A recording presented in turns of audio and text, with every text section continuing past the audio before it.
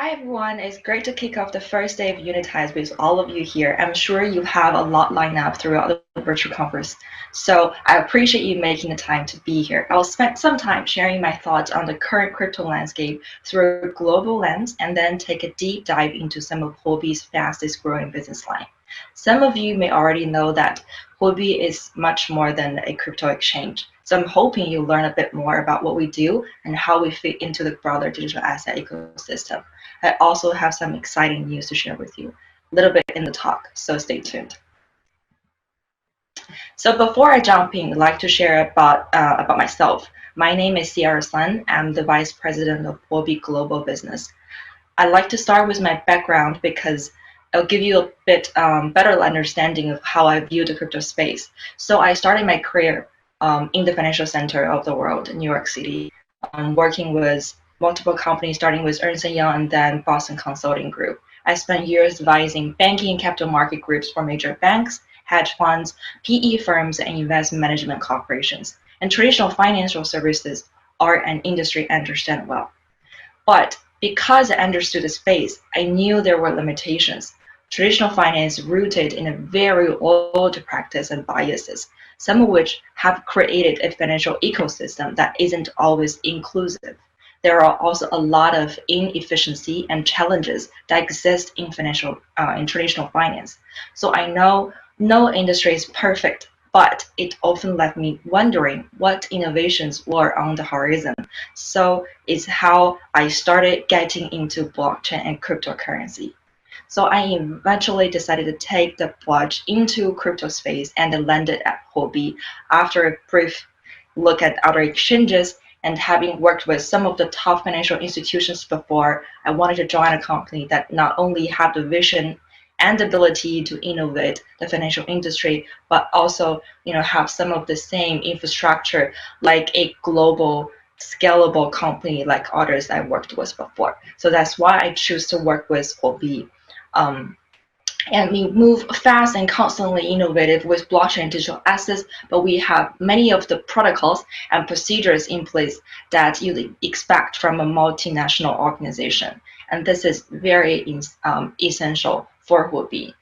And we place a very high value on compliance, security, and user safety because we wanted to become one of the leading and trustworthy exchange in the world. So what we do at Huobi, I work on a variety of different stuff. So I started my career with Huobi leading the listing team for Huobi Global, Huobi Japan, Korea, Thailand, and some of the other local exchanges. And then later on, because we feel like we have been working with our partners through different things for our 18 different business units, and it just makes sense for us to provide a one-stop service for our partnership. So we started this business development and partnership department so we can provide a one-stop service and provide partnerships for all of our partners throughout the world.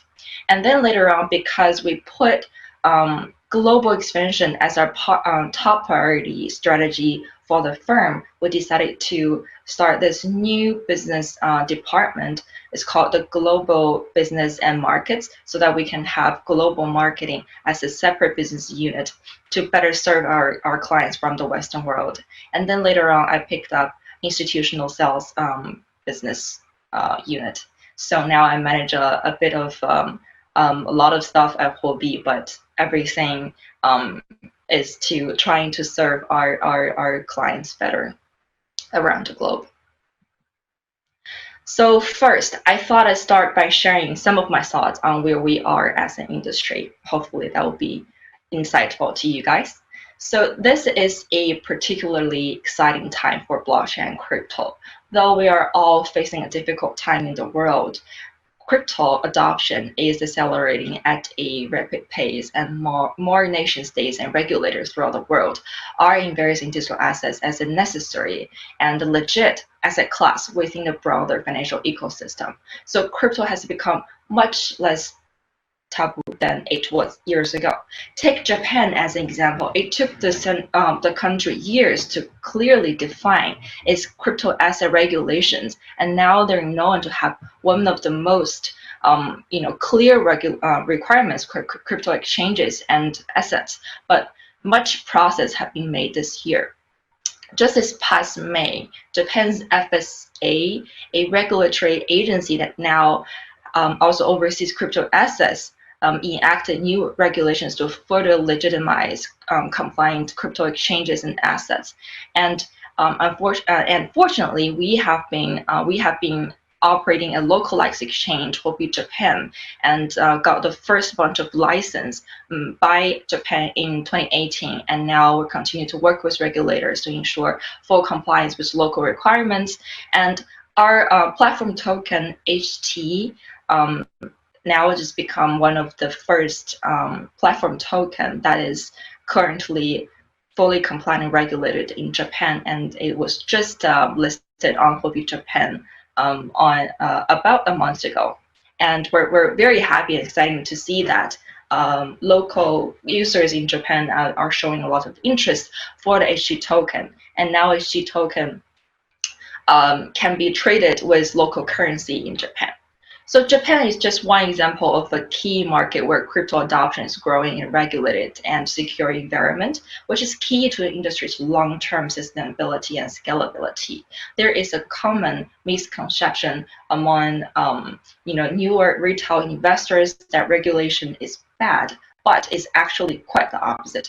We know that regulation, when guided the right way, can help really drive crypto adoption and create a safer ecosystem for users. This is why we chose to work closely with regulators in every market we enter. So take Thailand as example. We are one of the only exchanges actually out there who got the license in Thailand, and we also applied for a lot of the other exchange licenses around the world, and we hold the DLT license in Gibraltar, which enables us to serve institutional clients in European countries. And we also know that in order for crypto market to expand, we need the buy-in of institutional investors and traders, which typically means that ensuring they have a fully regulated trading environment, as they have more compliance requirements than retail users. Institutions really are a key market for us in the global markets, and later on I'll share why and some data to show that how we make the decision to really shift our focus to institutional traders later. So by taking a step back for a moment, we need to understand why crypto adoption is thriving in the first place, or at least why now. So a lot of it comes down to the current state of the global economy that was really disseminated by the global pandemic. A lot of things are going on this year in 2020, given the really sad COVID-19 situation. Though many parts of the world have started recovering, the effects of the pandemic on traditional markets are going to be long-lasting, unfortunately. Central banks around the world have printed an unprecedented supply of fiat currency and artificially drove interest rates down as part of quantitative easing. These kind of monetary policy measures come with high inflation risks, and there are concerns around currency devaluation as a result. In this kind of macroeconomic environment, cryptocurrency, especially Bitcoin, is emerging as an alternative asset to help this inflammatory pressure and act as a store of value. One positive indicator of this is the growing interest from institutions, like I just said earlier. We're now seeing more institutional investors turn to Bitcoin as a hedge against inflation and as a good alternative to traditional safe haven assets like gold. So some big name investors like Paul Jones have come out in support for Bitcoin this year, and we also see the growth of Grayscale. It's huge this year, especially on Bitcoin and Ethereum, and we're similarly seeing a spike in institutional trading volume assets, both on our spot and derivatives market. So the other factor is market volatility. due to current macro events, volatility has become the norm for 2020 in both traditional and crypto markets. And this has been a boon for crypto, particularly on the derivatives market and with institutional traders. Volatility is a very, very natural part of market cycles, and we all know that. And most experienced trader will agree that it offers a potentially advantageous opportunity to create arbitrage. So people are also becoming increasingly aware of how adaptable digital assets are. So earlier critics argued that crypto is not an ideal medium of exchange and not fit for everyday transaction because its value fluctuates. But stablecoin like Tether and HUSD have shown that digital assets can in fact play a more like a transactional role. Governments and central banks in particular are taking a similar approach with CBDCs or central banks digital currencies, and the most notable is China, which plans to come up with COVID-19 with their own digital currency, the DSAP, to rival other popular currencies. And the Bank of England is also leading a collective research into digital currency, along with some of the world's largest central banks, like Bank of Canada, Bank of Japan, European central banks, and some of the others. So all of this is driving new interest in crypto across all categories, retail, institutions, government, and there's been a surge in adoption and trading volume. The landscape is heating up as we are now just getting into DeFi season. So we expect a more activity in the second half of 2020. Digital economy. So we are seeing record growth across all of business units as crypto adoption rises at an increasing pace. And I mentioned as part of this session that I have some exciting news to share. So amid of all of the growth and ahead of our 7th anniversary, we have some big updates planned across Huobi Group, including our spot exchange, our derivatives exchanges, and our institutional arm, Huobi brokerage, and our mining pool wallet. I'm just excited to share an update on these as well as preview of what's coming this month. So as mentioned earlier, I'm going to share some data. This year, we have seen over 908 million in average daily trading on our spot exchange, and about 27% increase compared to the same time from last year. But trading volume alone isn't what determines success. In the 7 years we've been around in the business, our exchange hasn't been affected by a major security breach, and we're very proud to say that we have always put security on top of basically everything, because that's just the key to operate as an exchange so that our customer can trust us with their assets, and we plan to keep it that way. Just a few months ago, we launched Star Atlas. It's an on-chain analysis monitoring tool to monitor for bad transactions and can help with trace assets. So even as we see record trading volume and our user activity, we continue to prioritize our user safety. We're also proud to say that our exchange hasn't experienced any major outages during extreme volatile moments like what happened on 2013, the major crash of Bitcoin price. Even during that time, our system has been very stable, and our risk management protocol has been put into place, and so that our liquidated volume on Huobi futures is the lowest among all of our competitors, and we've been able to maintain the uptime, unlike some of the other major exchanges, because we've been invest very heavily into our backend infrastructure. So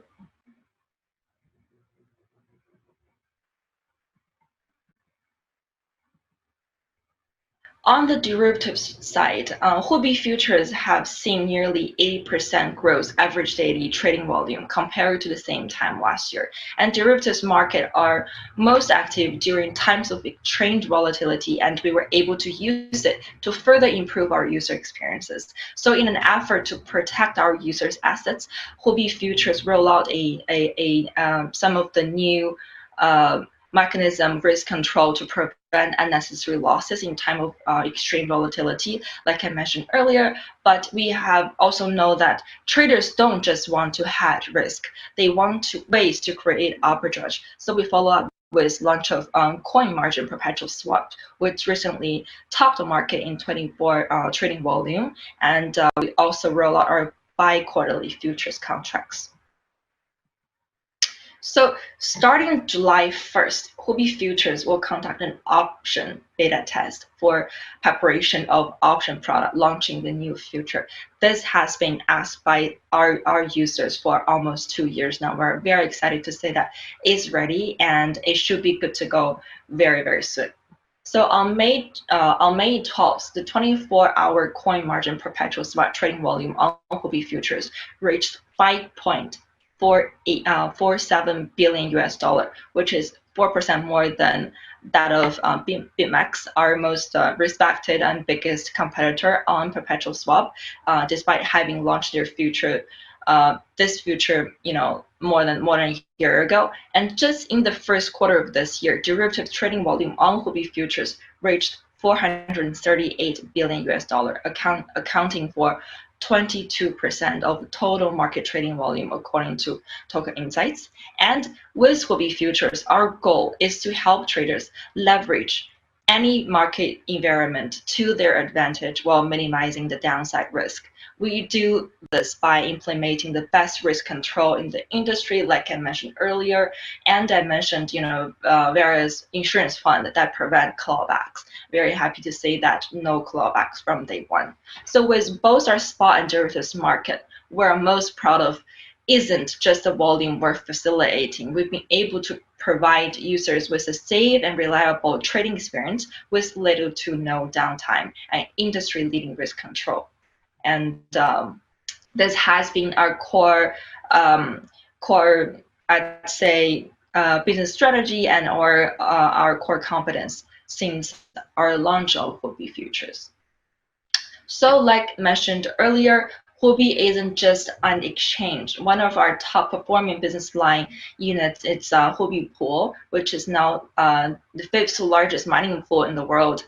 And 2019 was a year for Huobi Pool, actually, driven by strong revenue performance from our staking operations and rapid growth of our cloud POW mining service. Operating revenue surged about 547% in 2019 and growing from 53 million in 2018 to now 320 million in 2019. We've continued to invest heavily in the Huobi Pool ecosystem, and we're excited about the division continue to transaction as we expand the service globally this year. And we're currently preparing Huobi Pool for Ethereum 2.0 that is coming up. I say probably around August or October. We have exciting news and services lined up, and we have a lot of things planned, like adding staking and mining services for more project and no services for a lot of the other projects.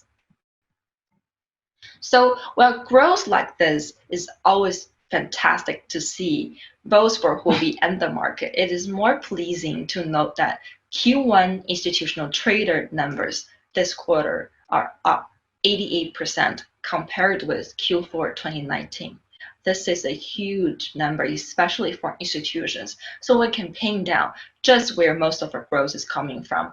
Institutional traders have taken up cryptocurrency as an asset with trading because of a number of factors. But it is also important to look at what limitations there still are to these traders, as the numbers we're seeing now are only the tip of the iceberg.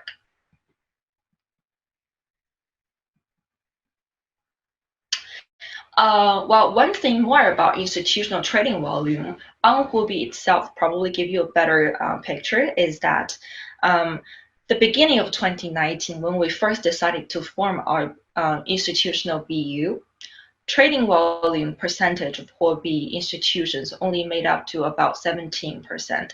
And for only a year, by providing with institutional traders with more professional product and services, now trading volume percentage is already 43%. So that's a huge increase on that sense.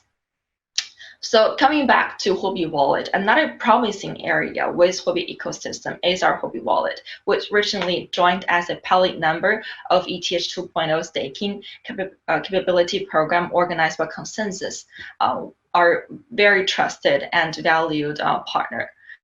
Other key areas of focus for Huobi in the second half of this year, including Huobi institution and Huobi brokerage, both of which are very important to our global expansion strategy as we grow our institutional trader base. There's some big news coming soon related to this new fund platform and custody services, but we won't get into the details here, but stay tuned. I'm very excited about this new product. So year 2020 is a defining year for digital assets and the entire ecosystem. There are still some barriers to adoption, particularly as it relates to institutions, like issues around compliance and regulations, but the futures look bright as regulators agencies start recognizing crypto as a legitimate asset. And compliance is a core part of our business model. So we'll continue to prep our users with regulated trading environment and make it easier for institutional investors to transaction into digital assets.